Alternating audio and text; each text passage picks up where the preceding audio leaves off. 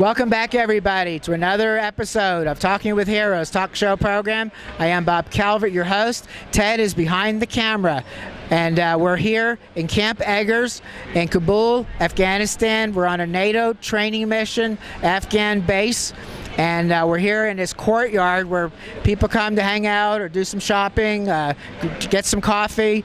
And what we're going to do now is we're going to start talking to one after another, military personnel, some from other countries.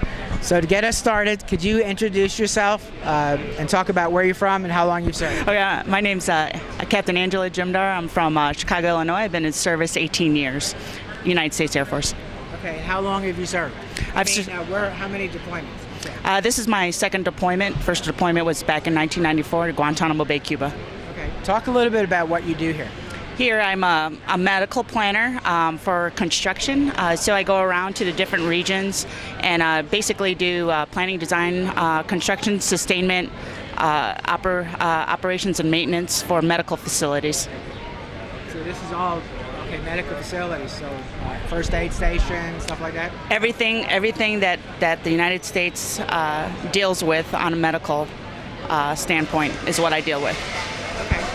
How long have you been here now? I have been here a total of 5 weeks, so I just got here, absolutely. So is it as hot here as it is in Iraq, do you know? I mean, I left Iraq, it was like 120 just about every day. I don't know. I've never been to Iraq. This is my first time over here to Afghanistan, to the area, so I really don't know. I think I would be hanging out here with a t-shirt and shorts myself if I could. Probably would bring a t-shirt. Absolutely. It makes a lot more sense in the heat. Yeah, yes, sir. So are you getting care packages from home and your organization? I am. Since I have been here, I've gotten almost 10 care packages, which is really nice. One of the things that I like asking for is toys for the Afghanistan children. I like giving out candy. And clothes. So that's the three main things that I ask for when I do ask for care packages. This is for Kira, my daughter. I love you so much, and I can't wait to come home. I can't wait. And for my husband, Carl, I love you, and I can't wait to see you in December. Love you. Thank you very much. Thank you for your service to our country. Thank you. Okay, could you share with the American people who you are, where you're from, and how long you've served? Okay, my name's Lieutenant Katie Ball. I've served for 6 years. I'm from Palos Verdes, California. Okay, and what do you do here? I work for CJ3, just like stand battle captain in the Joint Operations Center. Okay, how long have you been here? I've been here for about a month and a week. So you have what, whole year's deployment? No, just 6 months. So. Oh, okay. Yeah, I'm home in January-ish. Okay, and you were with the Navy? Yes, sir. Okay, is your first deployment? My first deployment to Afghanistan, but I deployed mainly to 7th Fleet when I was stationed out of Pearl Harbor. Oh, okay. That would be interesting. Yeah. Okay, and are you getting care packages yet from home? Do you have any organizations that have adopted you, or mainly family? Mainly just family and friends that are sending me presents, but it's awesome. Every time you get a care package, it makes you feel special. Would you like to give a shout out to family and friends back home? Absolutely. I just want to say hi to my mom and dad, Larry and Loretta, my sister Erin, my brother-in-law Tony, my niece Leah, and my best friend Elizabeth. Thank you for your service to our country. Thank you. I'm Commander Clay Green, 18 years in the Navy, 4 years active duty, and the other 14 in the reserves. And right now I live in San Marcos, Texas. Okay, so you've been 14 years in the reserves. Talk a little bit about what's involved in being in the reserves. It's about you're nowadays with the Navy. You're very much blended in with the active duty. We drill every month, on a weekend, and then we do a 2 to 3 week annual training during the summer or sometime during the year, where we go and actually merge in with active duty components. So it's not like the days of old. It's much more very well integrated into the active component.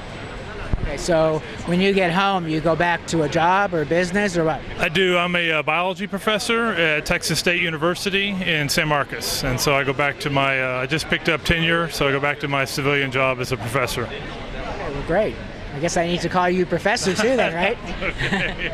Okay, talk a little bit about what you do here. Okay, I'm the chief for the Joint Visitors Bureau Protective Service Detail, and what that is we handle security and ground movement for all Department of Defense distinguished visitors when they come in country. So everything from Secretary of Defense on down to the generals and admirals, any flag officer that comes in the theater, we handle the security for them while they're here in Afghanistan visiting the troops. Okay.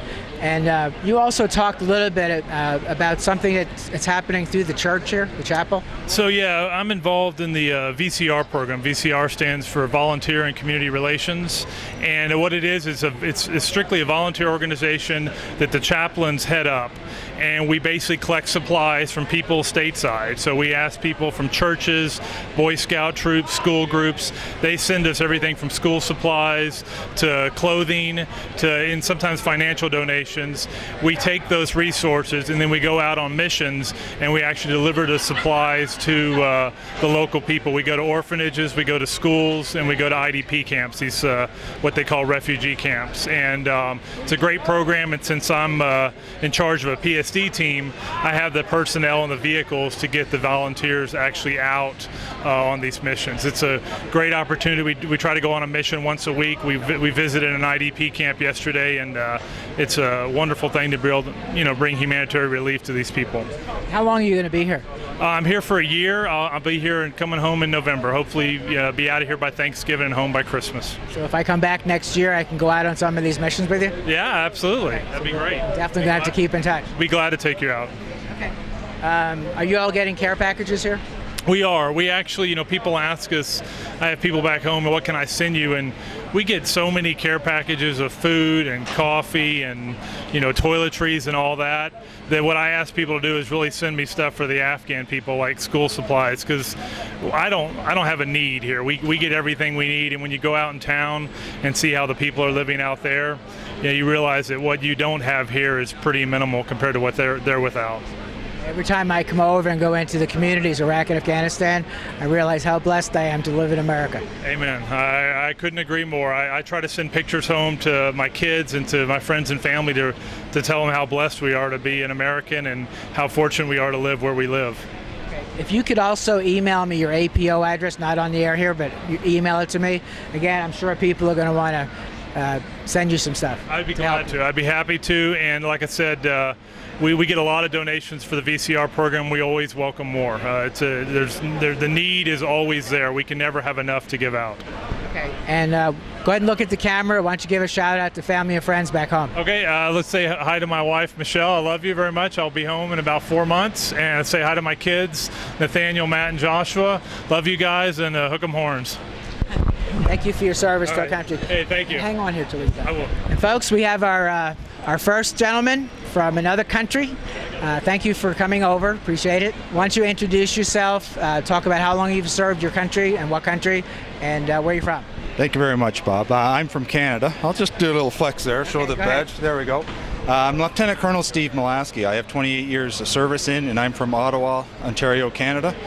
And I'd like to say hi to my wife and 2 kids, Cindy, Holly, and Cameron. Okay, now you said lieutenant.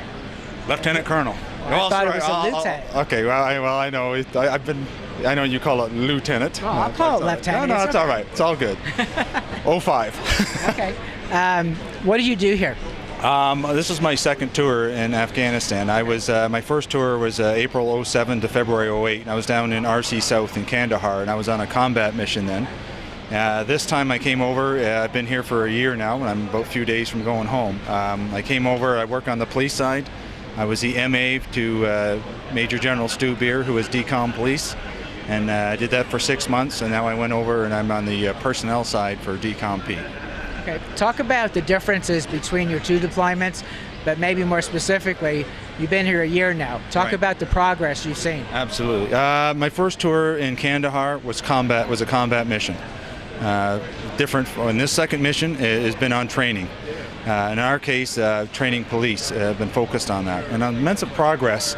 A lot of challenges still lay ahead out there on the police. When I got here last August, we were trying to grow the police force from about 110,000. Now we're up to about close to 135,000. So if you want to measure progress in that way, we've been on a growth surge to get it, and we still have a ways to go.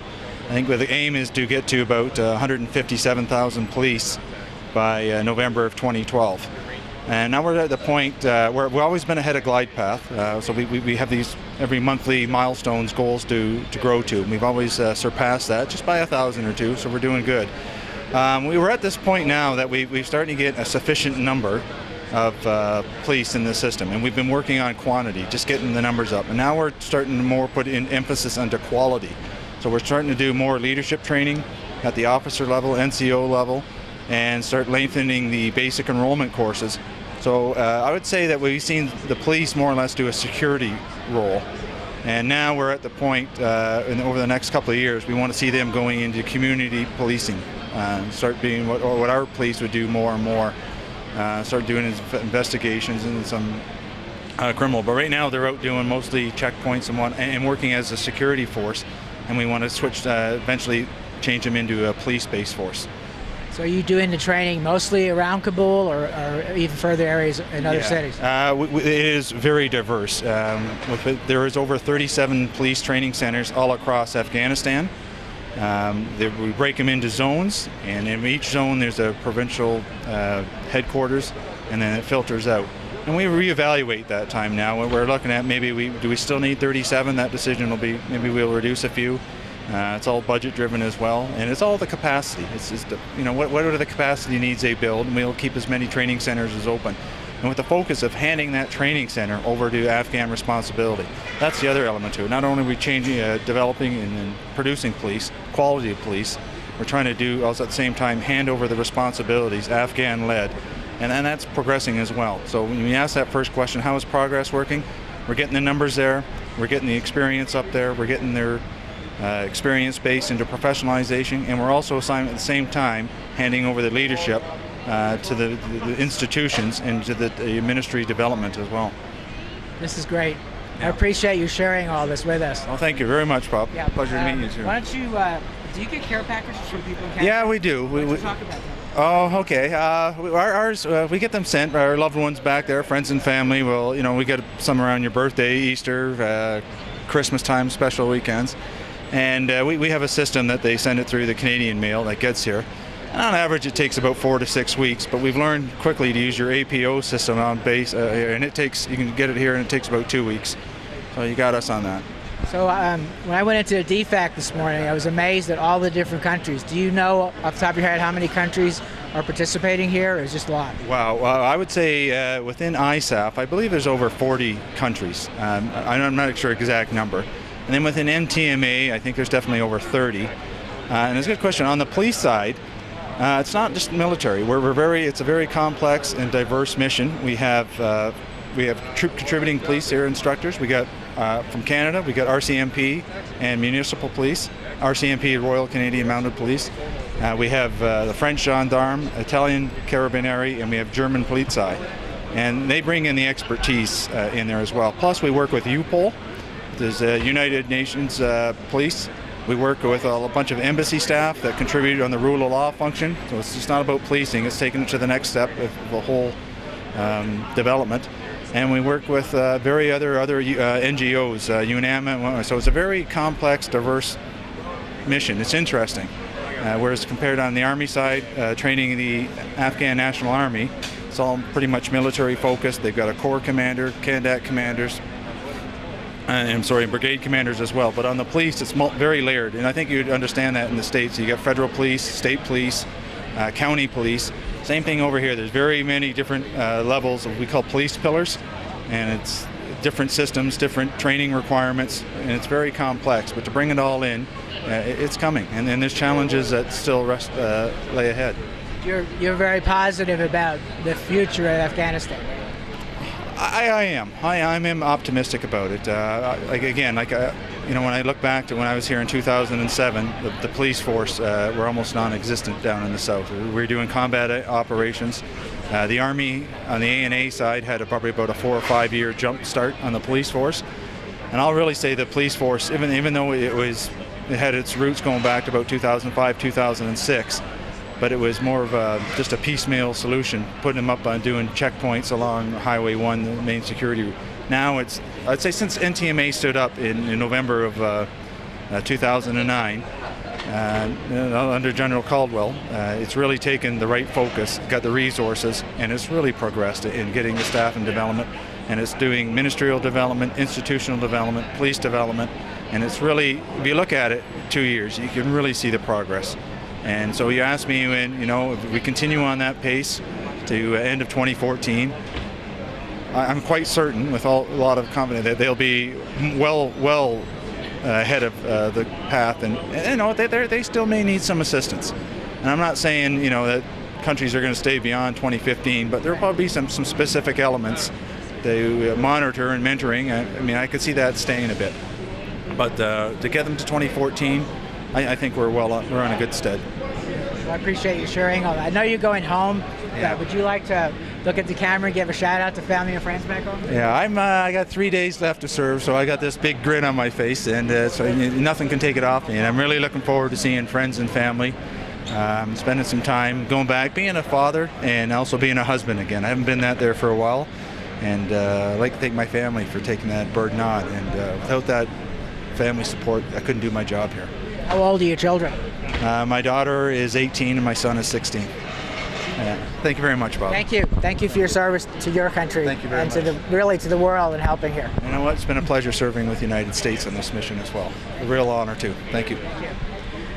Well, folks, we will have more, but you're hearing the stories here from Camp Eggers in Kabul, Afghanistan. Once again, I want to thank Embry-Riddle Aeronautical University, embryriddle.edu, for making this trip possible. Mark Lydon has become good friends. He wrote the book, Veterans Do This, Get Hired, DoThisGetHired.com. He introduced me to Embry-Riddle, and we're looking forward to talking to more people here at Camp Eggers in Kabul, Afghanistan, on TalkingWithHeroes.com.